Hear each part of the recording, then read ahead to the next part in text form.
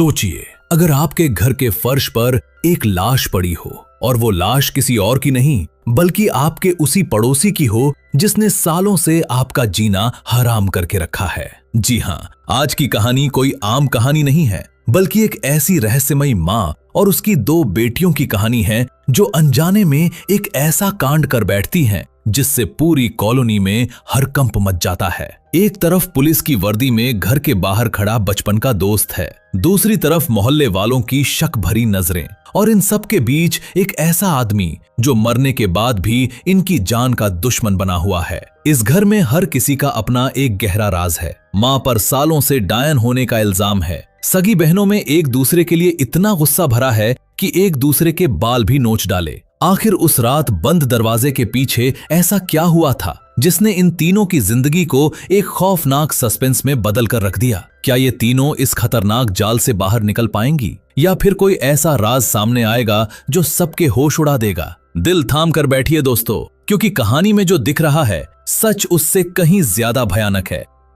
कहानी की शुरुआत में हम जया को देखते हैं जो एक डॉक्टर के क्लिनिक आई हुई है। डॉक्टर उसे सलाह देता है कि आईवीएफ के लिए वो अपने हस्बैंड को साथ लेकर आए, क्योंकि टेस्ट ट्यूब बेबी के लिए पति पत्नी दोनों की रजामंदी जरूरी होती है। इसमें करीब 5 लाख का खर्चा आएगा। लेकिन जया अपने पति को सरप्राइज देना चाहती है। जया की फैमिली भी काफी अजीब है। उसके ससुराल में 3 देवर हैं जिन्हें वो दिन भर खाना खिलाती रहती है, और उसका पति उसी की बहन सुषमा के साथ रील्स बनाता रहता है। सुषमा के वैसे तो ज्यादा फॉलोअर्स नहीं हैं, लेकिन जीजा के साथ रील्स बनाने की वजह से उसे बहुत ज्यादा ट्रोल किया जाता है और गंदे गंदे कमेंट्स भी आते हैं। इसी वजह से सगी बहनें होते हुए भी जया और सुषमा की आपस में बिल्कुल नहीं बनती। इन दोनों की मां रेखा अकेली रहती है। आज जब जया डॉक्टर के पास से घर लौटती है तो रात को अचानक उसकी मां रेखा का कॉल आता है। वो घबराई हुई आवाज में जया से कहती है कि सुषमा को भी तुरंत कॉन्फ्रेंस कॉल पर लो।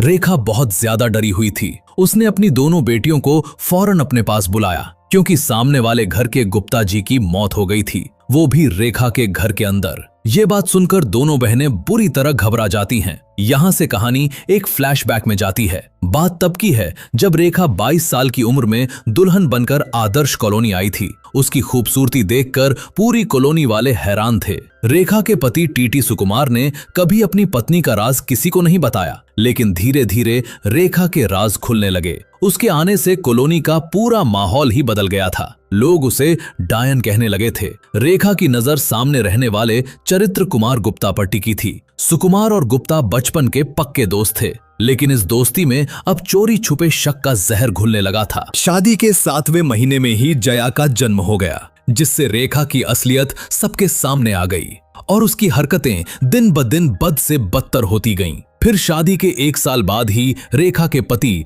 और उसकी सास की करंट लगने से एक साथ मौत हो गई।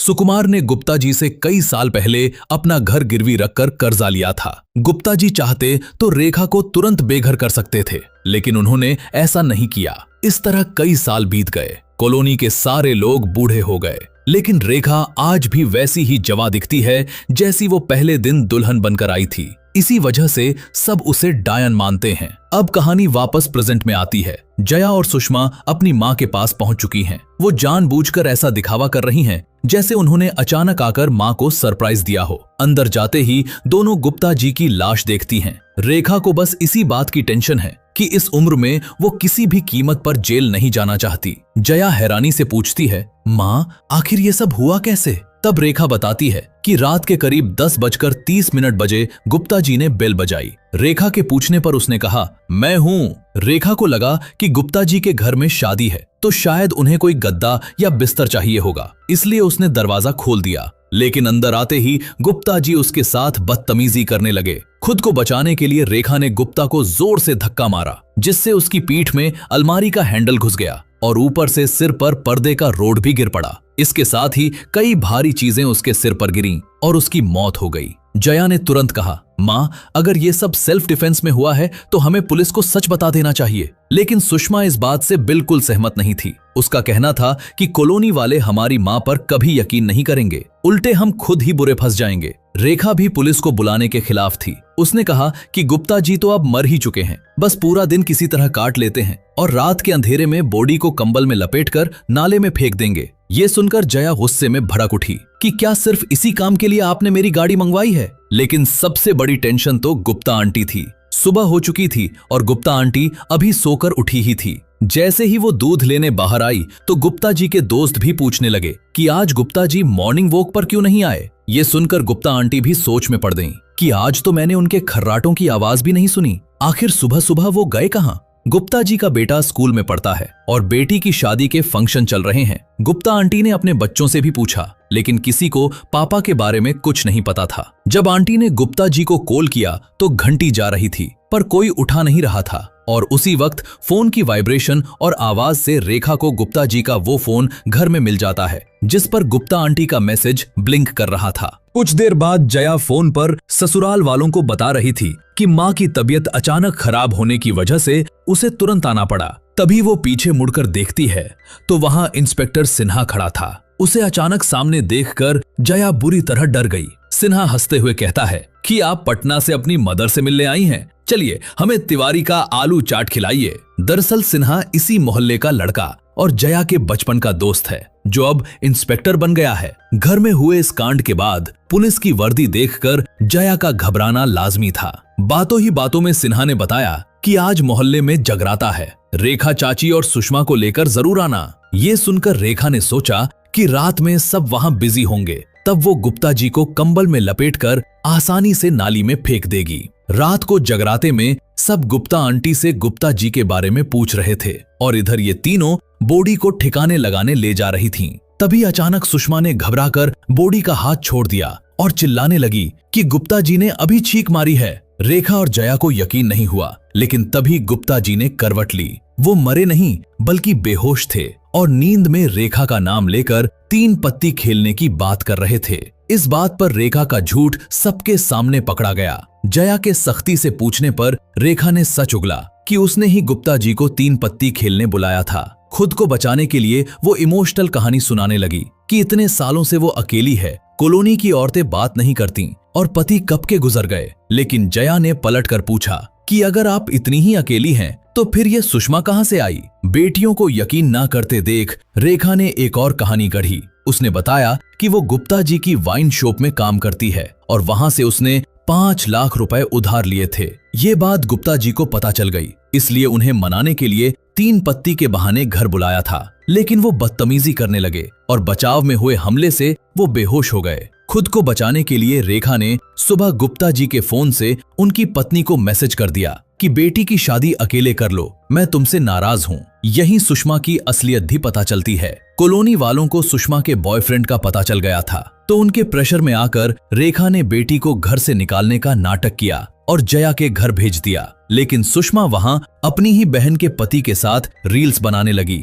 जिससे दोनों बहनों में दुश्मनी हो गई। प्रेजेंट डे में वो तीनों गुप्ता जी को नींद की दवा देने का प्लान बनाती हैं। तभी गुप्ता आंटी मिठाई का डिब्बा लेकर उनके घर आ जाती हैं। अंदर आते ही उन्हें गुप्ता जी के बालों वाले तेल की गंध आ जाती है। शक होने पर वो तलाशी के लिए बाथरूम जाने का बहाना करती हैं, लेकिन तीनों उन्हें रोक लेती हैं। तभी उनकी बेटी आकर उन्हें ले जाती है। बाहर आकर गुप्ता आंटी सीधा इंस्पेक्टर सिन्हा को बताती हैं कि उन्हें उन तीनों पर शक है। सिन्हा बात टाल देता है, लेकिन तसल्ली के लिए रेखा के घर जाता है। सिन्हा को दोबारा देखकर तीनों फिर घबरा जाती हैं। मामला संभालने के लिए जया तुरंत सिन्हा को बाहर घुमाने ले जाती है। वैसे जया अब तक दुनिया को दिखाती आई है कि उसने सिर्फ माँ की सूरत पाई है, सीरत नहीं। लेकिन सच कुछ और है। जब जया की सहेली के लिए पटना से रिश्ता आया था और वो मदद करने पहुंची थी, तो जया ने वहां भी अपना हिडन टैलेंट दिखा दिया था। जया का हिडन टैलेंट ये था कि उसने अपनी सहेली को मानस के सामने जाने ही नहीं दिया और खुद उसके सामने चली गई।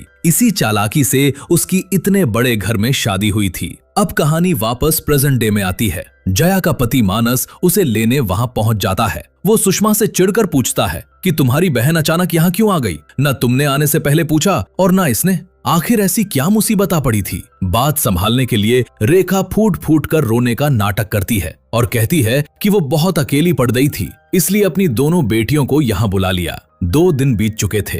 वो तीनों मिलकर मानस को बड़ी मुश्किल से हैंडल कर रही थीं। जिस कमरे में गुप्ता जी की बॉडी को रखा था, मानस बार बार वहीं जाने की कोशिश करता, लेकिन तीनों किसी तरह उसे रोक लेती। अगले दिन मानस उन्हें बताता है कि सामने वाले गुप्ता जी 3 दिन से गायब हैं। लगता है किसी ने उन्हें किडनैप कर लिया है। रात को किसी का फिरौती के लिए फोन भी आया था जो 5.5 लाख रुपए मांग रहा था। ये सुनते ही दोनों बेटियों का शक सीधा अपनी मां पर जाता है और रेखा को लगता है कि ये फिरौती उसकी बेटियां मांग रही हैं, लेकिन तीनों ही इस बात से इनकार कर देती हैं। इस बात पर दोनों बहनों में भयानक झगड़ा हो जाता है। जया गुस्से में कहती है कि मैं तुम दोनों माँ बेटी को अच्छी तरह जानती हूँ। तुम दोनों ने मेरी गृहस्थी में आग लगा दी है। मेरे पति का नंबर तुम्हारे फोन में चालू नाम से सेव है। वही सुषमा भी भड़कते हुए कहती है कि कॉलोनी वाले बिल्कुल सही कहते हैं, तुमने ही मेरे पापा और दीदी के पापा को जान से मारा है। ये सारे इल्जाम सुनकर रेखा एकदम साइको बन जाती है। वो सीधे चाकू उठाती है और अपनी दोनों बेटियों को डराते हुए कहती है कि जब तक गुप्ता जी का मैटर सॉल्व नहीं हो जाता तुम दोनों कहीं नहीं जाओगी। उधर इंस्पेक्टर सिन्हा कॉलोनी के बाहर लगा कैमरा चेक करवाता है। फुटेज में साफ दिखता है कि गुप्ता जी कॉलोनी से बाहर गए ही नहीं, मतलब वो कॉलोनी के अंदर ही मौजूद हैं। उसी रात सुषमा और जया छुपकर अपनी मां का पीछा करती हैं, जो किसी अनजान आदमी से मिलने जा रही थीं। वहां पहुंचकर सुषमा पूछती है कि ये आदमी कौन है। तब रेखा सच बताती है कि ये तुम्हारा पिता है और सबसे बड़ा खुलासा ये होता है कि उस रात ये आदमी भी घर पर ही था। रेखा ने वाइन शॉप से जो 5 लाख रुपए लिए थे उसमें से आधे पैसे उसने उसी रात इसे दे दिए थे और बाकी के आधे पैसे आज देने आई है। अब जया का शक उस आदमी पर जाता है कि गुप्ता जी के घर वालों से फिरौती यही मांग रहा है, क्योंकि ये उस रात रेखा के साथ था और इसे पता है कि गुप्ता जी रेखा के घर पर हैं। लेकिन वो सुषमा की कसम खाकर कहता है कि उसने फिरौती नहीं मांगी। वो बताता है कि मैं एक क्रिमिनल हूँ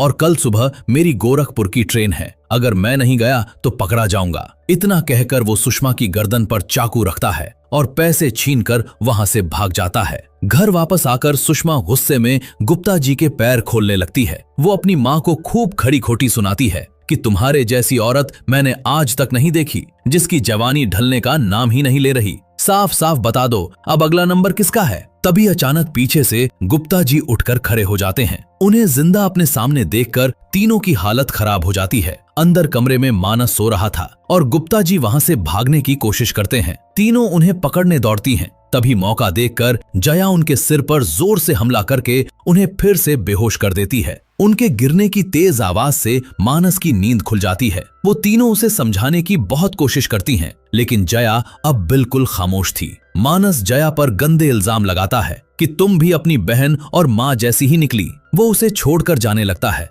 तो जया भी गुस्से में उसे धक्के मारकर बाहर निकाल देती है। अब इन तीनों के रिश्ते पूरी तरह खत्म हो चुके हैं। जया साफ कह देती है कि गुप्ता जी वाला केस सॉल्व हो जाए फिर मैं तुम दोनों की शक्ल कभी नहीं देखूंगी। रात को तेज बारिश होने के बाद अगली सुबह गुप्ता जी उठकर रेखा के घर से अपने घर चले जाते हैं। घर पहुंचते ही गुप्ता आंटी उनसे पूछती हैं कि हमने तुम्हें छुड़ाने के लिए 5 लाख की फिरौती दी है, अब कम से कम ये तो बताओ कि किडनैपर था कौन। इंस्पेक्टर सिन्हा भी पूछताछ करता है, लेकिन गुप्ता जी एकदम खामोश रहते हैं। तब सिन्हा उस कपड़े को चेक करता है जिससे गुप्ता जी के हाथ, पैर और मुंह बांधे गए थे। कपड़े को देखते ही गुप्ता आंटी तुरंत पहचान जाती हैं कि ये तो रेखा का है। वो बुरी तरह भड़ककर रेखा को डायन कहकर चिल्लाने लगती हैं। हालांकि अभी तक किसी को नहीं पता था कि फिरौती के पैसे असल में कौन ले गया था। कुछ देर बाद गुप्ता जी अकेले में रेखा को कॉल करते हैं। वो कहते हैं कि तुमने झूठी कहानियां बहुत बना ली, अब मैं बताता हूं कि उस रात असल में क्या हुआ था। जब तुमने वाइन शॉप से पैसे उठाए तो हमने तुम्हारी चोरी पकड़ ली थी। उसके बाद तुमने ही रात 10 बजे मुझे 3 पत्ती खेलने बुलाया। हम भी आशिकी में पागल थे जो आ गए और तुमने हम पर हमला करके हमें बेहोश कर दिया। फिर मदद के लिए अपनी लड़कियों और दामाद को बुला लिया। जया ने तो अपने पति को भगाने का ऐसा ड्रामा किया कि वो सारे पैसे लेकर ही भाग गया। गुप्ता जी आगे कहते हैं कि मैंने अभी पुलिस को स्टेटमेंट नहीं दिया है क्योंकि ये हमारी आपस की बात है। रेखा अभी भी रट लगाए थी कि उसने कोई फिरौती नहीं मांगी। इस पर गुप्ता जी कहते हैं कि फिरौती की बात कौन कर रहा है, वो पैसे तुम ही रख लो। बस मेरी एक विनती है कि ये घर छोड़कर हमेशा के लिए चली जाओ। सोचो अगर कॉलोनी वालों को पता चला कि तुम्हारा नया धंधा आदमियों को घर बुलाकर किडनैप करना है तो तुम्हारा क्या होगा। इस बार तुम उस भीड़ को रोक नहीं पाओगी। ये धमकी सुनकर रेखा के हाथ पैर कांपने लगते हैं। यहीं पर हमें उसके डर का एक फ्लैशबैक दिखाया जाता है। एक बार कुछ हथियारबंद आदमी रेखा के घर घुस गए थे। तब उसने बड़ी मुश्किल से अपनी बच्चियों की जान बचाई थी। हैरानी की बात यह थी कि उस भीड़ का मालिक कोई और नहीं बल्कि खुद गुप्ता जी ही थे।